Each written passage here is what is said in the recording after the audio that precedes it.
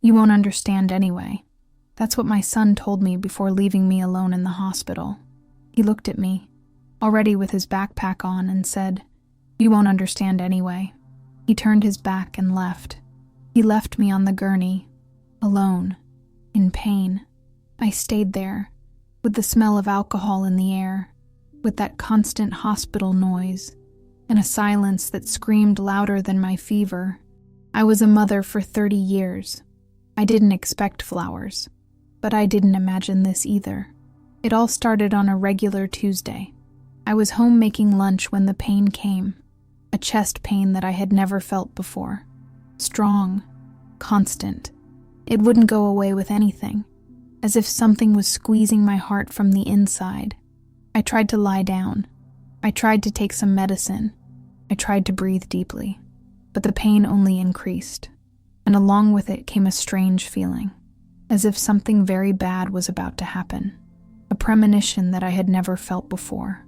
I called my son, Leonardo, my only son, 42 years old, owns a house in an upscale neighborhood, good job at a big company, established family, 2 small children, the life every mother dreams of for her child. I told him I wasn't feeling well, that the chest pain was very strong, that I needed to go to the hospital, that I couldn't drive alone. He sighed on the phone, that kind of sigh we give when someone disturbs our plans, as if my pain was an inconvenience. "Mom, I can't right now.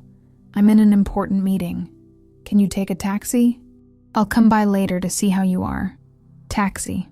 To the hospital. Alone. At 68 years old. With chest pain. Afraid. But I didn't say anything.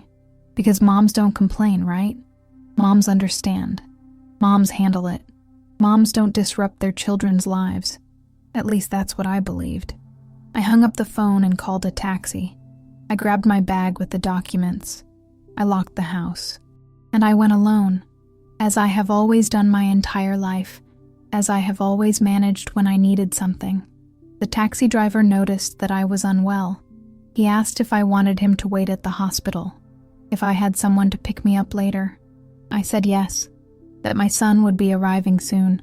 Another lie I told so I wouldn't be embarrassed. When I arrived at the hospital, the pain was so intense that I could barely speak properly. The receptionist asked if I had someone with me. I said that my son would be arriving soon. Another lie. I knew he wouldn't come, but it's funny how we lie to protect ourselves from our own humiliation. They took me to an emergency room. They did an electrocardiogram, took blood, measured my blood pressure. The pain continued, and there I was, alone, answering questions about my health, about my medication, about my family, about who could be contacted in case of an emergency. Leonardo. It was always Leonardo, the only name I had to give, the only emergency contact in my life. Family. What a strange word when you're alone on a hospital bed. The doctor came after 2 hours. A young man. He looked to be my son's age. He said I was going to be admitted for observation, that more tests were needed, that there was a suspicion of a heart problem, that someone from the family needed to sign some responsibility papers. I called Leonardo again. This time it wasn't to ask for help getting to the hospital. It was to say that I was admitted, that I needed him there, that it was serious this time. Oh, Mom, today of all days, I'm in the middle of an important presentation. I can't leave now. You're being well taken care of there, right? The doctors know what they're doing. I explained that I needed to sign papers, that I needed a responsible person, that I was scared, that I didn't want to be alone. He sighed again. He said he would try to leave earlier, that he would find a way to stop by, that I just needed to be patient. Patience. At 68 years old, with chest pain, alone in the hospital, being patient with the son I raised. He arrived 3 hours later. Not 2, 3. Nervous. Impatient. Checking his watch all the time. As if being there was the biggest sacrifice of his life. As if I had made up that pain just to mess up his day. He signed the papers quickly. Didn't even read them properly.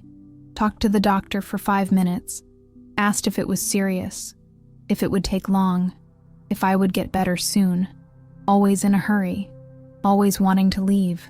And when I thought he would accompany me to the room, that he would stay with me at least until I settled in, he said he had to go. "Mom, I need to pick up the kids from school. Marina is traveling for work. I can't leave them waiting." I asked if he couldn't stay a little longer, just until I got settled in the room, until we knew the results of the first tests, until I felt a little more secure. That's when he looked at me with that impatient face I knew well, the same face he made when he was a teenager, and I asked him to help me with something. "Mom, you're playing the victim. It's nothing serious. The doctors are taking care of you. You're in a hospital, you're not alone. I have my own life to live. I have responsibilities." Playing the victim.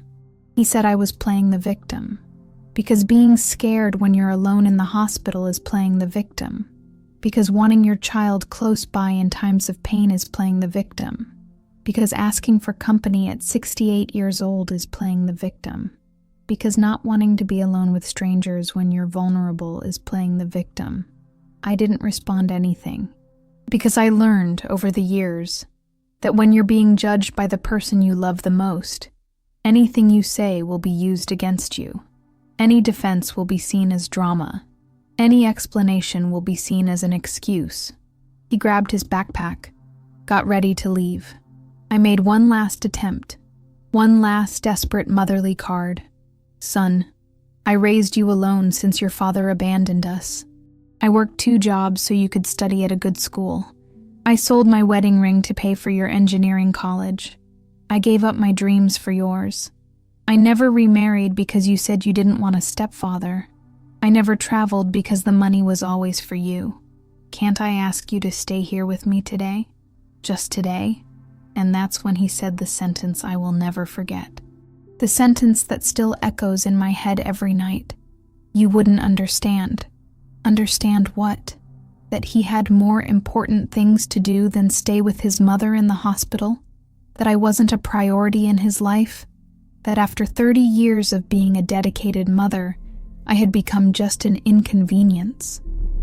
That raising a child alone didn't give me the right to even one afternoon of company? Not understand that work is more important than a sick mother? That meetings are more urgent than chest pain? That social commitments are more relevant than hospital loneliness? Or was I not going to understand that he didn't love me anymore? That I had fulfilled my role and could now be discarded? That a mother is only good for raising and then can disappear? He left, simply turned his back and left. And I stayed there, on the stretcher, alone, listening to the noise from the other rooms, other families, other children taking care of their mothers, other husbands accompanying their wives, other people who were not alone in the most vulnerable moments of their lives. The nurse came to take me to the room, a young, kind girl. She asked if anyone was coming to keep me company during the hospital stay. I said yes, that my son would come later. Another lie. To her, to the doctor, to myself. Because admitting that your own son abandoned you at the moment you need him the most is a humiliation that corrodes you from within. The room was small, 2 beds. The other was occupied by a lady older than me, Mrs. Antonia, 82 years old. Her daughter was there beside her, carefully peeling an orange, telling family stories, making her mother laugh even though she was sick. I pretended to be asleep so I wouldn't have to explain why I was alone, so I wouldn't have to make excuses for the son who didn't come, so I wouldn't have to lie about the loving family I didn't have. Mrs. Antonia's daughter, Regina, was a woman my age. She took care of her mother with a patience and affection that hurt me to witness. She helped her eat. She combed her hair. She spoke softly so as not to disturb the other patients. From time to time, she looked at me with pity. She must have been wondering where my family was, why I was alone, what had happened to me to be there abandoned. Night came slowly. The tests came. Nothing too serious, thank God. Anxiety problem, uncontrolled high blood pressure, accumulated stress, things that improve with rest, medication, and care. Care. What an ironic word when you have no one to care for you. Leonardo didn't come back. He didn't call. He didn't send a message. As if I didn't exist. As if that conversation on the stretcher had been our final goodbye. I stayed up all night, listening to Mrs. Antonia's breathing, the nurse's footsteps in the corridor, the distant sound of other patients, and thinking about how I'd reached that point, how the son I raised with so much love had become someone who abandoned me in the hospital. I remembered when he was little. Of all the nights I stayed awake when he was sick, high fever, me there by his side, putting a wet cloth on his forehead, earaches, me taking him to the hospital in the middle of the night, nightmares, me running to his room to comfort him until he fell back asleep. I remembered all the hospitals where I carried him in my arms, when he broke his arm at 8 years old, when he had pneumonia at 12, when he needed his appendix removed at 15. I was always there, always present, always available. I remembered all the times he cried on my shoulder, when his father left and he didn't understand why, when he was bullied at school, when his first girlfriend broke up with him, when he didn't pass the college entrance exam on the first try. I was always there, always listening, always consoling, always solving. Now, I was the one in the hospital. I was the one who needed comforting. I was the one who was afraid. I was the one who wanted someone to hold my hand, and he wasn't there. The night was long. I kept looking at the ceiling, listening to the sounds of the hospital, trying to understand where I had gone wrong, how raising a child with so much love could result in such abandonment. Did I spoil him too much? Did I give him everything and not teach him the value of things? Was I too much of a mother and not enough of a woman? Did I erase myself so much for his dreams that he learned I didn't matter? The questions hammered in my head, one after another, without answers, without relief. Early in the morning, the nurse came to take my blood pressure. She asked how my night had been, if anyone had come to visit me. I said that my son would come by later. More lies. It was becoming automatic. Mrs. Antonia woke up very early. Her daughter arrived at 7 in the morning with a homemade breakfast. Warm bread, natural juice, sliced fruit, care in every detail.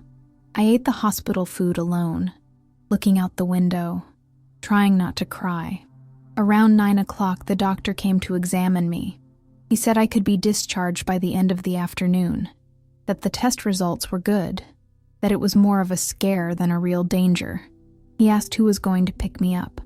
I said that my son would come, that I would call him later, that everything was organized. More lies, because the truth was, I didn't know how I was going to leave there. I didn't know if he would come to pick me up. I didn't know if I would have the courage to call and hear another no. The entire morning passed. Lunch passed. The afternoon passed. Leonardo didn't show up. He didn't call, as if I didn't exist at all. At 5 in the afternoon, the doctor came back. He said I could leave now. He gave me the prescriptions, the recommendations. He asked again who was going to pick me up. This time I didn't lie. I said I would call a taxi. He was concerned. He said I shouldn't go alone right after a hospitalization, that I could feel unwell on the way, that it was important to have someone nearby in the next few hours, that I should have care at home. I explained that my son was very busy with work and young children, that I was used to managing alone, that it wasn't the first time, that it was no problem.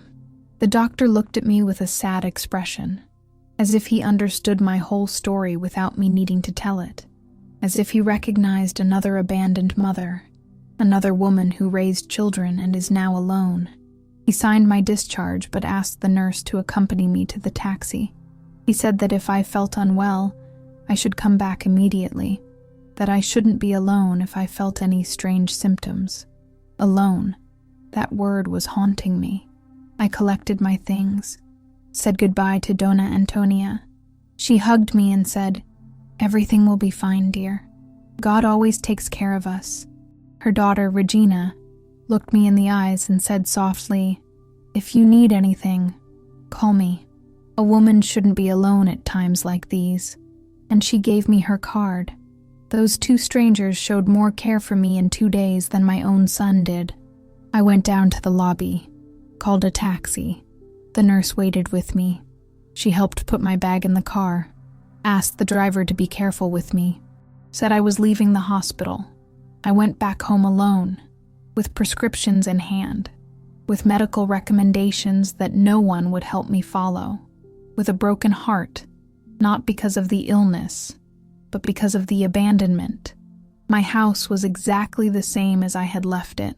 The lunch I was preparing when the pain hit was still there in the pot, burned, ruined, smelling bad, like a symbol of my life at that moment. I threw everything in the trash, cleaned the kitchen, took the medications, sat on the couch, and finally cried. I cried for the first time since it all started. I cried from pain, from disappointment, from loneliness, from anger. I cried because I discovered that being a mother is not a guarantee of being loved. That giving everything to your children does not guarantee they will give you anything in return. That raising someone with love does not mean they will love you back. That sacrificing your life for your children's dreams does not mean they will sacrifice even an afternoon for your fears. I cried because I realized I had spent 30 years of my life building a one-sided relationship. Me giving, him receiving, me caring, him being cared for, me sacrificing, him enjoying. And now that I needed, that I was vulnerable, that I wanted to be taken care of, he simply wasn't available, as if all that love I gave had an expiration date, as if it had a shelf life. In the days that followed, some neighbors asked where I had been, why they hadn't seen me for 2 days. I always said it was just a malaise, that I had seen the doctor, that everything was fine, that my son had helped me a lot. More lies. Because admitting that your own son abandoned you when you needed him most is a humiliation that you cannot share with anyone. It's a shame that corrodes from the inside. Leonardo showed up a week later, on a Sunday afternoon, as if nothing had happened. He asked how I was, if the tests had shown anything, with that tone of someone fulfilling a protocol, someone making an obligatory visit. "So, Mom, how are you? Did the tests show anything?" I said I was fine, that it hadn't been anything serious, that he didn't need to worry, that it was just stress. He seemed relieved, as if my improvement meant he was free from guilt, as if the fact that I hadn't died justified him abandoning me. That's when I understood something that hurt more than the pain in my chest. He hadn't stayed with me in the hospital because he didn't want to. He had left because, to him, I was just a problem to be solved, not a person to be cared for, not the mother who deserved love, just another annoying responsibility in his life. For years I was the most important person in his life, the one who solved everything, the one who was always available, the one who never said no, the one who always understood, the one who always forgave. When he was a child and woke up in the middle of the night with a nightmare, I would drop everything and run to his room. When he got sick, I would take time off from work to take care of him. When he needed money for something, I would sell my things. When he was sad for any reason, I would drop everything to talk and console him. When other mothers complained that their children were troublesome, I felt special. I thought that Leonardo and I had a different relationship, closer, more affectionate, more special. But now that he was an adult, that he had his own family, that he had his own responsibilities, I had become inconvenient, someone who got in the way of his plans, someone who asked too much, someone who didn't understand that he had grown up, didn't understand what, that he didn't love me anymore, that I was no longer important. That 30 years of total dedication were not worth even an afternoon in the hospital? That raising a child alone didn't give me the right to at least some care when I needed it? Weeks went by. Leonardo continued making his protocol visits, always quick, always in a hurry, always asking if I was okay just to go through the motions. He never asked how I felt alone in the hospital. He never apologized for abandoning me. He never acknowledged that he had done anything wrong, as if it were natural for a 68-year-old mother to be alone during a hospital stay. It was on one of those nights alone at home, taking the medications the doctor had prescribed, that I started talking to God in a different way, not asking, not thanking, but complaining, questioning, demanding explanations. Lord, I don't understand. I did everything right. I was a dedicated mother. I worked honestly. I raised my son with love and dedication. I gave up my life for his dreams. And now, why am I alone now? Why does he treat me this way? Why is it that the one who loves more is the one who suffers more? And that's when something happened that I had never experienced before in my life. In the midst of my anger, my pain, my revolt, my disappointment, I felt a presence, a real, concrete, comforting presence. I didn't see anything. I didn't hear an audible voice, but I clearly felt that I was not alone at that moment, that someone was there with me, that someone was listening to my pain, that someone cared, and came into my mind with a clarity that I had never had before, an understanding that changed everything. God was also a father, and he also had children who abandoned him. In fact, all of his children abandoned him when he needed them most. Jesus was abandoned by his disciples at the time of the crucifixion. He was rejected by the very people he came to save. He died alone on the cross. But the difference is that God's love for his children doesn't change when they abandon him. He remains there, waiting, loving, forgiving, caring from afar when they don't let him care up close. And that's when I understood that the abandonment I was feeling wasn't the end of the story. It was the beginning of a new relationship with someone who would never leave me alone in the hospital, never say that I wouldn't understand, never think that I was inconvenient. I began to notice God's presence in the small details of my hospital experience, in the nurse who was more affectionate with me than she needed to be, in the doctor who made sure to explain everything properly and didn't treat me like just another annoying old lady, in the taxi driver who helped me carry my bag and treated me with kindness. God was there, in the hospital, in my pain, in my loneliness. He hadn't left when things got tough. He hadn't said he had more important things to do. He hadn't called me a victim when I expressed my fear. I realized that all these years I had been looking for in Leonardo what only God could give me: unconditional love, constant presence, care that doesn't depend on my performance as a mother, attention that doesn't compete with other priorities. I had made my son my God, had placed on him expectations that only God could fulfill. And when he stepped down from the pedestal I myself had built, I despaired, because I thought I had nothing left, that I had no one else. But I did. I always had. I just couldn't see because I was looking in the wrong place. I was expecting from a fallible human what only a perfect God could give me. God is not like our children. He does not grow up and forget his parents. He does not think we are inconvenient when we get old. He does not say he has more important things to do when we need him. He is not ashamed of us when we become vulnerable. God is the father who stays, the mother who does not abandon, the child who does not leave even when grown. I started to pray differently, not just asking for things, but talking, sharing my day, voicing my fears, speaking of my loneliness, venting about my disappointment with Leonardo. And I discovered that I am never truly alone, that there is always someone listening, someone who cares, someone who understands my pain without judging me, someone who does not think I am dramatic when I express my feelings. Leonardo is still my son. I still love him. But I learned that a mother's love does not mean accepting any treatment, that loving does not mean being a doormat, that caring for a child does not mean letting him mistreat or neglect me. I learned that there is a difference between loving someone and making that person the center of your life, between dedicating yourself to your child and nullifying yourself for them, between being a loving mother and being a foolish mother.